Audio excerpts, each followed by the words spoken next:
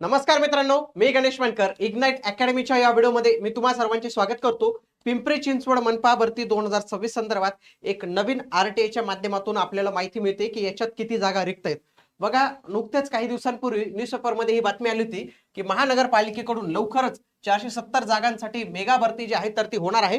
तर याच्या संदर्भातही माहिती जी आहे तर ती आपल्याला या आरटीआय मध्ये मिळते. तर ती आपण संपूर्ण माहिती पाहणार आहोत. आणि लक्षात घ्या, या ज्या काही सरळ सेवा भरती आहेत जे मनपा वगैरेचे असतील तर त्या शक्यतो टीसीएस आयबीपीएस कडे देण्याचा ध्यास त्यांचा चालू आहे.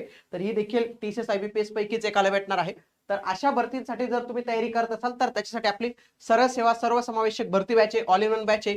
सर्व सरळ सेवा ज्याच्यामध्ये हे मराठी, इंग्रजी, अंकगणित, बुद्धिमत्ता, सामान्य ज्ञान आणि चालू घडामोडी असे विषय असतील तर तिथे तुम्हाला ही बॅच अत्यंत उपयुक्त आहे. आजच इग्नाइट अकॅडमीचे ऍप्लिकेशन डाउनलोड करून तुम्ही या बॅचेसला एनरोल करू शकता.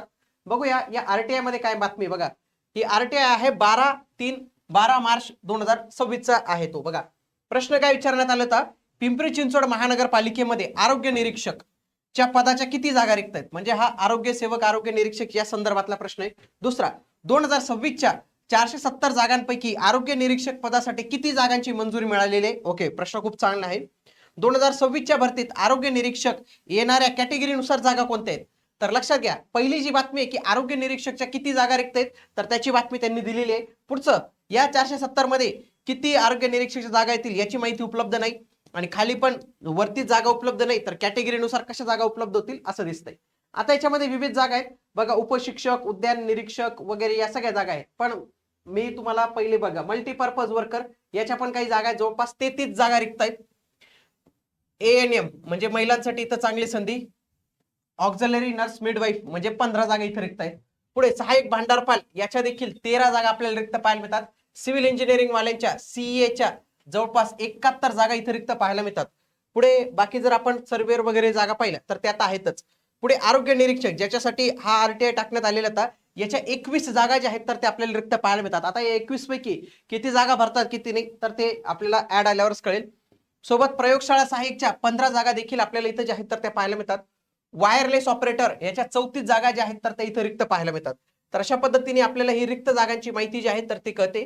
बघा, न्यूजपेपरमध्ये ही बातमी आलेली होती, परंतु अजून महानगरपालिकेने याच्या संदर्भातले जे आहेत तर ते सांगितलेलं नाही. महानगरपालिका आयुक्त मनोज लोणकर यांनी माहिती दिली होती. महानगरपालिका आस्थापनाचा नवीन आकृतीबंध तयार करून ऑगस्ट 2023 मध्ये राज्य शासनाच्या नगर विकास विभागाकडे पाठवलेला आहे. शासनाकडे आकृतीबंध मंजुरीच्या प्रतीक्षेत आहे.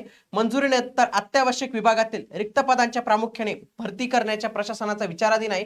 आणि एकूण 470 पदांची भरती येणार. लक्षात घ्या, किती?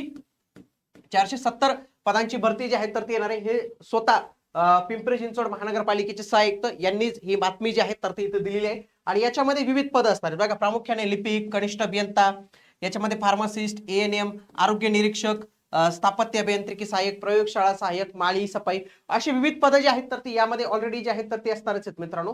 बघा, 2023 ची मी तुम्हाला एक जाहिरात दाखवतो.